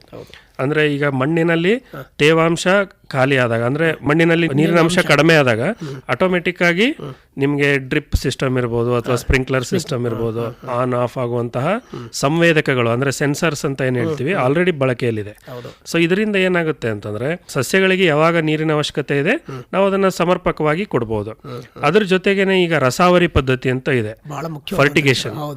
ಅಲ್ಲಿ ನಿಮ್ಗೆ ಎಷ್ಟು ಪ್ರಮಾಣದ ಪೋಷಕಾಂಶಗಳು ಬೇಕಾಗಿದೆ ಅಂತ ನೀವು ಕುತ್ತಲ್ಲೇನೆ ಕಂಟ್ರೋಲ್ ಮಾಡಿ ಅಷ್ಟೇ ಪ್ರಮಾಣದಲ್ಲಿ ಪೋಷಕಾಂಶಗಳನ್ನ ಈ ಫರ್ಟಿಗೇಷನ್ ಯೂನಿಟ್ ಅಂದ್ರೆ ರಸಾವರಿ ಪದ್ಧತಿಗಳ ಮುಖಾಂತರ ಕೊಡ್ಲಿಕ್ಕೇನು ಕೂಡ ಅವಕಾಶಗಳು ಇದೆ. ಆಲ್ರೆಡಿ ಪ್ರಚಲಿತದಲ್ಲೂ ಇದೆ, ಸುಮಾರು ಜನ ರೈತರು ಅದನ್ನ ಅಳವಡಿಸ್ತಾ ಇದ್ದಾರೆ ಆಲ್ರೆಡಿ. ಅದು ಒಂದು ಇದೆ. ಆಮೇಲೆ ಇನ್ನ ಈಗ ಡ್ರೋನ್ ದೀದಿ ಅಂತನೂ ಕೂಡ ನಮ್ಮ ಕೇಂದ್ರ ಸರ್ಕಾರದ ಒಂದು ಯೋಜನೆ. ಈಗ ಯುವಕರಿಗೆ ಸಾಕಷ್ಟು ವಿಪುಲ ಅವಕಾಶಗಳಿದಾವೆ. ಅಂದ್ರೆ ಈಗ ಬರೀ ಡ್ರೋನ್ ಅಂತಲ್ಲ, ಈ ಯಂತ್ರೋಪಕರಣಗಳನ್ನ ತಾವೇ ಖರೀದಿ ಮಾಡಿ ಬಾಡಿಗೆ ಆಧಾರದ ಮೇಲೆ ನಿಮ್ಮ ಸಮುದಾಯ ಮಟ್ಟದಲ್ಲೇನೆ ನೀವೇ ಒಂದು ಆದಾಯ ತರುವಂತಹ ಒಂದು ಕೆಲಸಕ್ಕೆ ನೀವೇ ಶುರು ಮಾಡ್ಬೋದು. ಯುವಕರಿಗೂ ಕೂಡ ಅವಕಾಶ ಇದೆ, ಯುವತಿಯರಿಗೂ ಕೂಡ ಅಥವಾ ಮಹಿಳೆಯರಿಗೂ ಕೂಡ ಈ ಒಂದು ಅವಕಾಶಗಳು ಇದೆ. ಇನ್ನು ನಾನು ಅವಾಗಲೇ ಸ್ಟಾರ್ಟಿಂಗ್ ಹೇಳ್ದಂಗೆ ಸಮುದಾಯದ ಒಂದು ಭಾಗಿತ್ವ. ಈಗ FPOಗಳು ಎಲ್ಲ ಒಳ್ಳೆ ಕೆಲಸಗಳನ್ನ ಮಾಡ್ತಾ ಇದ್ದಾರೆ. ಈ FPOಗಳು ಏನಾದರೂ ಕೈ ಜೋಡಿಸಿದ್ರೆ ಸ್ಥಳೀಯ ಮಟ್ಟದಲ್ಲಿ ಅವರೇ ಕೆಲವೊಂದಿಷ್ಟು ಯುವತಿಯರಿಗೆ ಉದ್ಯೋಗ ಅವಕಾಶಗಳನ್ನ ಸೃಷ್ಟಿ ಮಾಡಿ ಸಮರ್ಪಕವಾಗಿ ಬೇಕಾಗಿರುವಂತಹ ಯಂತ್ರೋಪಕರಣಗಳನ್ನು ಬಾಡಿಗೆ ಮುಖಾಂತರ ಕೊಡಬಹುದು. ಈ ರೀತಿಯ ಅಂಶಗಳು ಸ್ವಯಂ ಚಾಲಿತ ತಂತ್ರಜ್ಞಾನಗಳನ್ನು ನಮ್ಮ ಕೃಷಿಯಲ್ಲಿ ಬಳಕೆ ಮಾಡ್ಕೊಳ್ಳಿಕ್ಕೆ ಅವಕಾಶಗಳಿದೆ ಅನ್ನೋ ವಿಚಾರವನ್ನ ಹೇಳಿದ್ರು. ಯಾಂತ್ರೀಕರಣದಿಂದ ಕಾರ್ಮಿಕರ ಮೇಲಿನ ಅವಲಂಬನೆಯನ್ನ ಯಾವ ರೀತಿ ಕಡಿಮೆ ಮಾಡ್ಬೋದು ಅಂತ ಹೇಳ್ತೀರಾ ಸರ್? ಈಗ ನಾವು ಮ್ಯಾನ್ಯುವಲ್ ಆಗಿ ಅಂದ್ರೆ ಲೇಬರ್ಸ್ಗಳನ್ನ ಬಳಸ್ಕೊಂಡು ನಾವು ಕೆಲಸ ಮಾಡಿದ್ರೆ ಮತ್ತೆ ಯಂತ್ರಗಳನ್ನ ಬಳಸ್ಕೊಂಡು ಕೆಲಸ ಮಾಡಿದ್ರೆ ಕೃಷಿ ಚಟುವಟಿಕೆಗಳನ್ನ, ಒಂದು ಉದಾಹರಣೆ ಕೊಡ್ತೀನಿ ನಿಮಗೆ. ಕೇವಲ ಒಂದು ಈಗ ನಮ್ದು ಆಲೂಗಡ್ಡೆ ಅಂತಾನೆ ತಗೊಳ್ಳಿ. ಆಲೂಗಡ್ಡೆಯಲ್ಲಿ ನೀವು ಲೇಬರ್ಸ್ನ ಬಳಸಿ ಕೆಲಸ ಮಾಡಿಸೋದ್ರಿಂದ ಒಂದು 25,000 ಖರ್ಚಾದ್ರೆ ಒಂದ್ ಎಕರೆಗೆ ನೀವು ಇಲ್ಲಿ ಮೆಕನೈಸ್ಡ್ ಅಂದ್ರೆ ಯಾಂತ್ರೀಕೃತವಾಗಿ 12,000 ರಿಂದ 13,000 ಮುಗಿಸ್ಬೋದು. ಅರ್ಧದಷ್ಟು ನಮಗೆ ಉಳಿತಾಯ ಆಗುತ್ತೆ. ಇನ್ನ ಬೇರೆ ಕೆಲಸಗಳಿಗೆ ನಾವು ಸಕಾಲಕ್ಕೆ ನಾವು ಕೈಗೊಂಡ್ರೆ ಅದರಲ್ಲಿ ಆಗುವಂತಹ ನಷ್ಟದ ಪ್ರಮಾಣವನ್ನ ನಾವು ಕಡಿಮೆ ಮಾಡಬಹುದು. ಸೊ ಹಾಗಾಗಿ ನಮಗೆ ಕಾರ್ಮಿಕರ ಮೇಲೆ ಅವಲಂಬನೆಯನ್ನ ಈ ಯಾಂತ್ರೀಕರಣ ನಮಗೆ ಕಡಿತಗೊಳಿಸುತ್ತೆ. ಬಹಳ ಮುಖ್ಯವಾಗಿ ಸರ್, ಯಂತ್ರಗಳ ಹೆಚ್ಚಿನ ವೆಚ್ಚವನ್ನು ಕಡಿಮೆ ಮಾಡಲಿಕ್ಕೆ ಯಾವ ಕ್ರಮಗಳನ್ನ ತಗೊಳ್ಬಹುದು ಅಂತ ಹೇಳ್ತಾರೆ? ಯಾಕೆಂದರೆ ಸಹಜವಾಗಿ ಯಾರೇ ಆದರೂ ಕೂಡ ಒಂದು ಯಂತ್ರ ನಾನು ಬಳಸಬೇಕು ಅನ್ನೋದಾದರೆ ಅವ್ರ ಮನಸ್ಸಲ್ಲಿ ಮೊದಲನೇದಾಗಿ ಬರ್ತಕ್ಕಂಥ ಆಲೋಚನೆ ಅಂತಂದರೆ ದುಡ್ಡು ಹೆಚ್ಚು ಬೇಕಾಗುತ್ತೆ, ಖರ್ಚು ಹೆಚ್ಚು ಬರುತ್ತೆ, ಹೇಗೆ ನಿಭಾಯಿಸೋದು ಅಂಥೇಳಿ. ಈ ನಿಟ್ಟಿನಲ್ಲಿ ಯಾವ ರೀತಿಯ ಕ್ರಮವನ್ನು ತಗೊಳ್ಬಹುದು ಅಂತ ಹೇಳ್ತೀರಿ? ನಾನು ಅವಾಗಲೇ ತಿಳಿಸ್ತೆ, ಸಮುದಾಯದ ಒಂದು ಭಾಗಿತ್ವನೇ ಇದಕ್ಕೆ ಒಂದು ಒಳ್ಳೆಯ ಉತ್ತರ. ಈಗ ಸಮುದಾಯ ಮಟ್ಟದಲ್ಲಿ ಆ ಲೋಕಲ್ ಅಲ್ಲಿ ಇರುವಂತಹ ಜನಗಳು ಅವರೇ ಪ್ರೇರಿತವಾಗಿ ಒಂದು ಯಂತ್ರವನ್ನ ಖರೀದಿ ಮಾಡಿದ್ರೆ ಅವ್ರ ಊರಲ್ಲೇ ನೀವು ಸರ್ಕ್ಯುಲೇಟ್ ಮಾಡಿದ್ರು ಕೂಡ ಸಾಕು. ಅಷ್ಟೇ ನಿಮಗೆ ಒಂದು ಸೊಲ್ಯೂಷನ್ ಸಿಗುತ್ತೆ, ನಿಮ್ಗೊಂದು ಆದಾಯನೂ ಕೂಡ ಬರುತ್ತೆ. ತಾವು ಆರಂಭದಲ್ಲೇ ಮಾತನಾಡ್ತಾ ಹೇಳಿದ್ರಿ, ಹೆಚ್ಚಿನ ಪ್ರಮಾಣದಲ್ಲಿ ನಮ್ಮ ಭಾಗದಲ್ಲಿ ಸಣ್ಣ ಮತ್ತು ಅತಿ ಸಣ್ಣ ರೈತರ ಹೆಚ್ಚಿಗೆ ಇರೋದು ಅಂತ ಹೇಳಿ. ಇಂತಹ ಸಂದರ್ಭದಲ್ಲಿ ಸಣ್ಣ ಮತ್ತು ಅತಿ ಸಣ್ಣ ರೈತರು ಯಾಂತ್ರೀಕರಣವನ್ನ ಯಾವ ರೀತಿ ಸುಲಭಗೊಳಿಸಿಕೊಳ್ಳಬಹುದು ಅಂತ ಹೇಳ್ತಾರೆ? ಈಗ ಸುಮಾರು ಜನ ರೈತರು ತಾವೇ ಕೆಲವೊಂದು ಯಂತ್ರಗಳನ್ನ ಅನ್ವೇಷಣೆ ಮಾಡ್ತಾ ಇದ್ದಾರೆ. ಈಗ ಅದು ಕೂಡ ಅಂದ್ರೆ ಏನಂತಾರೆ, ನಮ್ಮ ಪರಿಸ್ಥಿತಿ ಹೊಸ ಹೊಸ ಸಂಶೋಧನೆಗಳಿಗೆ ದಾರಿ ಮಾಡಿಕೊಡುತ್ತೆ ಅಂತ ಹೇಳ್ತೀವಿ. ಈಗ ಅವು ಕೂಡ ಕೆಲವೊಂದು ಲೋ ಕಾಸ್ಟ್ ಟೆಕ್ನಾಲಜಿ ಅಂತ ಹೇಳ್ತೀವಿ, ಅಂದ್ರೆ ಕಡಿಮೆ ವೆಚ್ಚದ ತಂತ್ರಜ್ಞಾನಗಳು ಕೂಡ ಸುಮಾರಿದೆ. ಅದನ್ನ ಬಳಸಲಿಕ್ಕೂ ಕೂಡ ವಿಪುಲ ಅವಕಾಶಗಳಿದೆ. ಸರ್, ಕಡೆಯದಾಗಿ ಭವಿಷ್ಯದಲ್ಲಿ ಕೃಷಿ ಯಾಂತ್ರೀಕರಣದ ಅವಕಾಶಗಳು ಮತ್ತು ಸಾಧ್ಯತೆಗಳು ಯಾವ್ಯಾವುದು ಅಂತ ಹೇಳ್ತೀರಿ? ಈಗ ನಮ್ಮ ಒಂದು ಕೇಂದ್ರ ಸರ್ಕಾರದ ಒಂದು ಏನು ಉದ್ದೇಶ ಏನಪ್ಪಾ ಅಂತಂದ್ರೆ 2047ರವರೆಗೆ ಅಂದ್ರೆ ನಾವು ವಿಕಸಿತ ಭಾರತದ ಒಂದು ಏನು ಗುರಿಯನ್ನ ಇಟ್ಕೊಂಡಿದೀವಿ, ಅಷ್ಟರಲ್ಲಿ ಈ ಇರುವಂತಹ ಯಾಂತ್ರೀಕರಣದ ಒಂದು ಮಟ್ಟವನ್ನ 75% ಅಷ್ಟು ತಲುಪುವುದು ಒಂದು ಗುರಿಯನ್ನು ಇಟ್ಕೊಂಡಿದ್ದಾರೆ. ಸೊ ಈ ನಿಟ್ಟಿನಲ್ಲಿ ಸುಮಾರು ಯೋಜನೆಗಳು ಬರ್ತಾ ಇದೆ. ಈಗ ಕೃಷಿ ಇಲಾಖೆಯಲ್ಲೇ ನೀವು ಹಾರ್ವೆಸ್ಟರ್ ಹಬ್ ಇರ್ಬೋದು ಅಥವಾ ಕೃಷಿ ಯಾಂತ್ರೀಕರಣ ಯೋಜನೆ ಇರ್ಬೋದು, ಇದರಲ್ಲಿ ಉತ್ತೇಜನ ನೀಡ್ತಾ ಇದ್ದಾರೆ. ಸಬ್ಸಿಡಿ ದರದಲ್ಲೂ ಕೂಡ ಯಂತ್ರೋಪಕರಣಗಳನ್ನ ರೈತರಿಗೆ ಒದಗಿಸ್ತಾ ಇದ್ದಾರೆ. ಸೊ ಇವುಗಳನ್ನ ಬಳಸ್ಕೊಂಡು ಇದ್ರ ಜೊತೆಗೆ ಈಗ PMFME ಸ್ಕೀಮ್ಗಳಲ್ಲಿ ಈ ಮೌಲ್ಯವರ್ಧನೆಗೆ ವಿಪುಲ ಅವಕಾಶಗಳಿದಾವೆ. ಅದರಲ್ಲೂ ಕೂಡ ನಿಮಗೆ ಸಬ್ಸಿಡಿ ಸಿಗುತ್ತೆ. ಅದರಲ್ಲೂ ಕೂಡ ನಾವು ಯಾಂತ್ರೀಕರಣವನ್ನ ಬಳಸ್ಕೊಂಡು ಒಟ್ಟಾರೆಯಾಗಿ ನಮ್ಮ ವಿಕಸಿತ ಭಾರತದ ಗುರಿ ಏನಿದೆ 2047ರವರೆಗೆ 75% ಯಾಂತ್ರೀಕರಣವನ್ನ ನಾವು ಅಳವಡಿಸ್ಕೊಳ್ಳೋದು, ಅದನ್ನ ನಾವು ತಲುಪಲಿಕ್ಕೆ ಸಹಾಯ ಆಗುತ್ತೆ ಅಂತ ಒಂದು ಹೇಳೋದಕ್ಕೆ ಇಷ್ಟಪಡ್ತೀನಿ. ಸರ್, ಈ ಒಂದು ವಿಚಾರಕ್ಕೆ ಪೂರಕವಾಗಿ ಅಂತಿಮವಾಗಿ ನಮ್ಮ ರೈತ ಬಾಂಧವರಿಗೆ ತಮ್ಮ ಕಿವಿ ಮಾತು ಏನು ಸರ್? ಈಗ ನಮ್ಮ ಜಿಲ್ಲೆಯಲ್ಲಿ ಸುಮಾರು ವಿವಿಧ ಬೆಳೆಗಳಿದಾವೆ, ವಿವಿಧ ವಲಯಗಳಿದಾವೆ, ಅವುಗಳಿಗೆ ತಕ್ಕಂತೆ ವಿವಿಧ ಬೆಳೆಗಳಿದಾವೆ. ಎಲ್ಲದರಲ್ಲೂ ಕೂಡ ಯಾಂತ್ರೀಕರಣಕ್ಕೆ ವಿಪುಲ ಅವಕಾಶ ಇದೆ. ಮಾಹಿತಿ ಬೇಕಿದ್ರೆ ನಮ್ಮ ಕೃಷಿ ವಿಜ್ಞಾನ ಕೇಂದ್ರ ಇದೆ. ಅಂದರೆ ಆಸಕ್ತ ರೈತರು ಒಂದು 30ರಿಂದ 35 ಜನ ಏನಾದರೂ ಒಟ್ಟಿಗೆ ಬಂದರೆ ನಾವು ತರಬೇತಿಗಳನ್ನು ಕೊಡ್ಬೋದು, ಮಾಹಿತಿ ಕೊಡ್ಬೋದು. ಕೃಷಿ ಇಲಾಖೆ ಇದೆ, ಹಾಗೆ ಸುಮಾರು ನಮ್ಮ ಕೃಷಿ ಮಹಾವಿದ್ಯಾಲಯ ಇದೆ. ಸೊ ಎಲ್ಲರೂ ಕೂಡ ಇದಕ್ಕೆ ನಾವು ಬದ್ಧರಾಗಿದ್ದೀವಿ. ಆದರೆ ರೈತರು ಕೂಡ ಅಷ್ಟೇ ಮುಂದೆ ಬಂದು ಆಸಕ್ತಿಯಿಂದ ಈ ತಂತ್ರಜ್ಞಾನಗಳನ್ನು ಅಳವಡಿಸ್ಕೊಂಡಾಗ ಮಾತ್ರ ಅದಕ್ಕೆ ಒಂದು ಅರ್ಥ ಸಿಗುತ್ತೆ. ಹಾಗಾಗಿ ಎಲ್ಲ ರೈತರಿಗೆ ಒಂದು ಏನು ವಿನಂತಿ ಏನಪ್ಪಾ ಅಂತಂದರೆ, ಇರುವಂತಹ ತಂತ್ರಜ್ಞಾನಗಳನ್ನು ಸಮರ್ಪಕವಾಗಿ ಬಳಸ್ಕೊಳ್ಳಿ ಅಂತ ಹೇಳ್ತಾ ಈ ಒಂದು ನನ್ನ ಒಂದು ಅನಿಸಿಕೆಯನ್ನು ನಿಮ್ಮ ಮುಂದೆ ಇಡ್ತಾ ಇದ್ದೀನಿ. ಒಳ್ಳೆಯದು ಸರ್. ಇದುವರೆಗೆ ಕೃಷಿ ಯಾಂತ್ರೀಕರಣದ ಹೊಸ ಸಾಧ್ಯತೆಗಳ ಕುರಿತಂತೆ ಸಾಕಷ್ಟು ವಿಚಾರಗಳನ್ನು ನಮ್ಮ ರೈತ ಬಾಂಧವರಿಗೆ ಮಾಡಿಕೊಟ್ರಿ. ಈ ಕುರಿತಂತೆ ಇನ್ನೂ ಹೆಚ್ಚಿನ ಮಾಹಿತಿ ಬೇಕು ಅನ್ನೋದಾದರೆ ತಮ್ಮನ್ನು ನಮ್ಮ ರೈತ ಬಾಂಧವರು ಸಂಪರ್ಕಿಸೋದು ಹೇಗೆ ಸರ್? ನಾನು ಕೃಷಿ ವಿಜ್ಞಾನ ಕೇಂದ್ರ ಕಂದ್ಲಿಯಲ್ಲಿ ಏನಿದೆ ಅಲ್ಲಿ ಕೃಷಿ ಇಂಜಿನಿಯರಿಂಗ್ ವಿಜ್ಞಾನಿಯಾಗಿ ಕೆಲಸ ಮಾಡ್ತಾ ಇದ್ದೀನಿ. ಅಂದರೆ ನಮ್ಮ ಕಚೇರಿ ಅವಧಿಗಳಲ್ಲಿ 9ರಿಂದ 4:15ವರೆಗೂ ಕೂಡ ಯಾವಾಗಲಾದರೂ ಭೇಟಿ ನೀಡ್ಬೋದು. ಅಂದರೆ ಸಾರ್ವತ್ರಿಕ ರಜೆ ಬಿಟ್ಟು ಶನಿವಾರ 9ರಿಂದ 12:15ವರೆಗೂ ಇರುತ್ತೆ. ಮತ್ತು ನನ್ನ ಮೊಬೈಲ್ ಸಂಖ್ಯೆ 7829206138. ತಮ್ಮ ಸಂಪರ್ಕ ಸಂಖ್ಯೆಯನ್ನು ಮತ್ತೊಮ್ಮೆ ಹೇಳಿ ಸರ್. 7829206138. ಒಳ್ಳೆಯದು ಸರ್. ಇದುವರೆಗೆ ಕೃಷಿ ಯಾಂತ್ರೀಕರಣದ ಹೊಸ ಸಾಧ್ಯತೆಗಳ ಕುರಿತಂತೆ ಸಾಕಷ್ಟು ವಿಚಾರಗಳನ್ನು ನಮ್ಮ ರೈತ ಬಾಂಧವರಿಗೆ ಮಾಡಿಕೊಟ್ರಿ. ತಮ್ಮೆಲ್ಲ ಈ ಮಾಹಿತಿಗಳಿಗೆ ಧನ್ಯವಾದಗಳು. ನಮಸ್ಕಾರ. ಧನ್ಯವಾದಗಳು ಸರ್. ನಮಸ್ಕಾರ. ಇದುವರೆಗೆ ಕೃಷಿ ಯಾಂತ್ರೀಕರಣದ ಹೊಸ ಸಾಧ್ಯತೆಗಳು ಈ ಕುರಿತು ಹಾಸನ ತಾಲೂಕಿನ ಕಂದಲಿಯಲ್ಲಿರುವ ಕೃಷಿ ವಿಜ್ಞಾನ ಕೇಂದ್ರದ ಸಹಾಯಕ ಪ್ರಾಧ್ಯಾಪಕರಾದ ಡಾಕ್ಟರ್ ಶ್ರೀನಿವಾಸ ದೇಶಪಾಂಡೆ ಅವರೊಂದಿಗಿನ ಸಂದರ್ಶನ ಕೇಳಿದಿರಿ. ಇವರನ್ನು ಸಂದರ್ಶಿಸಿದವರು ಗೋ.ರಾ. ರವಿಶಂಕರ್. ರೈತ ಬಾಂಧವರೇ, ಇದೇ ಸರಣಿಯ ನಮ್ಮ ಮುಂದಿನ ಕಾರ್ಯಕ್ರಮದಲ್ಲಿ ಮಣ್ಣಿನ ಆರೋಗ್ಯ ಸಂರಕ್ಷಣೆ ಈ ಕುರಿತು ಚನ್ನರಾಯಪಟ್ಟಣದ ಕೃಷಿ ಇಲಾಖೆಯ ಸಹಾಯಕ ಕೃಷಿ ನಿರ್ದೇಶಕರಾದ ಕೆ. ಮೋಹನ್ ಕುಮಾರ್ ಅವರೊಂದಿಗಿನ ಸಂದರ್ಶನವನ್ನು ಆಲಿಸಬಹುದು.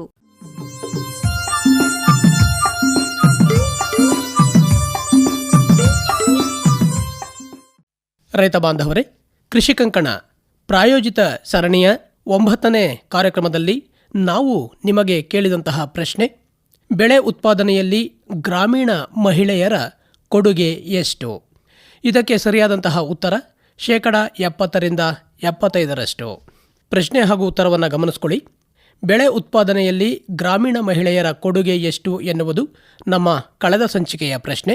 ಅದಕ್ಕೆ ಸರಿಯಾದಂತಹ ಉತ್ತರ 70% ತುಂಬ ಜನ ಪತ್ರಗಳನ್ನು ಬರೆದಿದ್ರಿ. ಅದರಲ್ಲಿ ನಿಗದಿತ ದಿನದ ಒಳಗಾಗಿ ಸರಿಯಾದಂತಹ ಉತ್ತರವನ್ನು ಬರೆದಿರುವ ಶ್ರೋತೃಗಳು: ಬೇಲೂರು ತಾಲೂಕು ಪಡವಳಲು ಗ್ರಾಮದ KS ರೂಪಾಕುಮಾರ್, ದಾವಣಗೆರೆ ಜಿಲ್ಲೆ ಚನ್ನಗಿರಿ ತಾಲೂಕು ಮರಬನಹಳ್ಳಿಯ TC ಬಸವರಾಜು, ಚನ್ನರಾಯಪಟ್ಟಣದ ಸಾರ್ವಜನಿಕ ಆಸ್ಪತ್ರೆಯ SM ಶೋಭಾ, ಬೇಲೂರು ತಾಲೂಕು ಹೆಬ್ಬಾಳು ಗ್ರಾಮದ ಅನ್ನಪೂರ್ಣ, ಬೇಲೂರು ತಾಲೂಕು ಅಡಗೂರಿನ ಧರಣೇಂದ್ರ, ಬೇಲೂರು ತಾಲೂಕು ತೆಂಡೇಕೆರೆಯ TD ತಮ್ಮಣ್ಣಗೌಡ, ಮಂಡ್ಯ ಜಿಲ್ಲೆ ಅಗಚಹಳ್ಳಿಯ AT ಅನಂತಕುಮಾರ್ ಹಾಗೂ ಬೇಲೂರು ತಾಲೂಕು ಗೊರೂರು ಗ್ರಾಮದ GB ಈಶ್ವರಪ್ಪ. ಸರಿಯಾದಂತಹ ಉತ್ತರವನ್ನು ನಮಗೆ ಬರೆದು ಕಳುಹಿಸಿದ ಈ ನಮ್ಮೆಲ್ಲ ಶ್ರೋತೃಗಳಿಗೆ ಧನ್ಯವಾದಗಳು. ಇನ್ನು ಲಾಟರಿ ಮೂಲಕ ಆಯ್ಕೆಯಾದ ಕಳೆದ ವಾರದ ವಿಜೇತರು: ಬೇಲೂರು ತಾಲೂಕು ಹೆಬ್ಬಾಳು ಗ್ರಾಮದ ಅನ್ನಪೂರ್ಣ ಹಾಗೂ ಮಂಡ್ಯ ಜಿಲ್ಲೆ ಅಗಚಹಳ್ಳಿಯ AT ಅನಂತಕುಮಾರ್. ಅನ್ನಪೂರ್ಣ ಹಾಗೂ ಎ.ಟಿ. ಅನಂತಕುಮಾರ್ ಅವರಿಗೆ ಅಭಿನಂದನೆಗಳು. ರೈತ ಬಾಂಧವರೇ, ಇನ್ನು ಇಂದಿನ ಕಾರ್ಯಕ್ರಮಕ್ಕೆ ಪೂರಕವಾದಂತಹ ಪ್ರಶ್ನೆ: ಹಾಸನ ಜಿಲ್ಲೆಯಲ್ಲಿನ ರೈತರು ಕೃಷಿಯಲ್ಲಿ ಯಾಂತ್ರೀಕರಣವನ್ನು ಎಷ್ಟು ಬಳಸುತ್ತಿದ್ದಾರೆ? ಈ ಕುರಿತಂತೆ ಇಂದಿನ ಈ ಕಾರ್ಯಕ್ರಮದಲ್ಲಿ ಡಾಕ್ಟರ್ ಶ್ರೀನಿವಾಸ ದೇಶಪಾಂಡೆ ಅವರು ವಿಚಾರಗಳನ್ನು ಹಂಚಿಕೊಂಡಿದ್ದಾರೆ. ತಾವು ಕಾರ್ಯಕ್ರಮವನ್ನು ಆಲಿಸಿದಿರಿ. ಉತ್ತರ ತಮಗೆ ತಿಳಿದಿದೆ ಅಂತ ಭಾವಿಸ್ತಾ ಮತ್ತೊಮ್ಮೆ ಪ್ರಶ್ನೆಯನ್ನು ಗಮನಿಸ್ಕೊಳ್ಳಿ. ಹಾಸನ ಜಿಲ್ಲೆಯಲ್ಲಿನ ರೈತರು ಕೃಷಿಯಲ್ಲಿ ಯಾಂತ್ರೀಕರಣವನ್ನು ಎಷ್ಟು ಬಳಸುತ್ತಿದ್ದಾರೆ? ನಿಮ್ಮ ಸರಿಯಾದಂತಹ ಉತ್ತರಗಳು ಬರುವ ಸೋಮವಾರದ ಒಳಗಾಗಿ ನಮ್ಮ ನಿಲಯವನ್ನು ತಲುಪುವ ಹಾಗೆ ಕಳುಹಿಸಿಕೊಡಿ. ನಮ್ಮ ವಿಳಾಸ: ನಿಲಯದ ನಿರ್ದೇಶಕರು, ಕೃಷಿ ಕಂಕಣ ಪ್ರಾಯೋಜಿತ ಬಾನುಲಿ ಸರಣಿ ಕಾರ್ಯಕ್ರಮ, ಕೃಷಿರಂಗ ಕಿಸಾನ್ ವಾಣಿ ವಿಭಾಗ, ಆಕಾಶವಾಣಿ, ಸಾಲಗಮೆ ರಸ್ತೆ, ಹಾಸನ 573202. ರೈತ ಬಾಂಧವರೇ, ಮತ್ತೆ ಮುಂದಿನ ಕಾರ್ಯಕ್ರಮದಲ್ಲಿ ಭೇಟಿಯಾಗೋಣ. ತೆನೆಗೆ ತೆನೆಯ ಸಿಹಿ ಮುತ್ತು, ಹೊಸ ಗಾಳಿ ಬೀಸುವಾಗ ಬೆವರ ಬೆಲೆ ನಮಗೆ ಗೊತ್ತು, ತೆನೆ ತೂಗಿ ಆಡುವಾಗ. ಇದುವರೆಗೂ ಸಮಗ್ರ ಕೃಷಿ ಪದ್ಧತಿಗಳ ಅಳವಡಿಕೆ ಕುರಿತ ವಿನೂತನ ಪ್ರಾಯೋಜಿತ ಸರಣಿ ಕಾರ್ಯಕ್ರಮ ಕೃಷಿ ಕಂಕಣ ಕೇಳಿದಿರಿ. ನಿನ್ನ ಕಾಯ್ಗಳು ನಮ್ಮ. ಪ್ರಸ್ತುತಪಡಿಸಿದವರು ಅರಕಲಗೂಡು ವಿ. ಮಧುಸೂದನ್.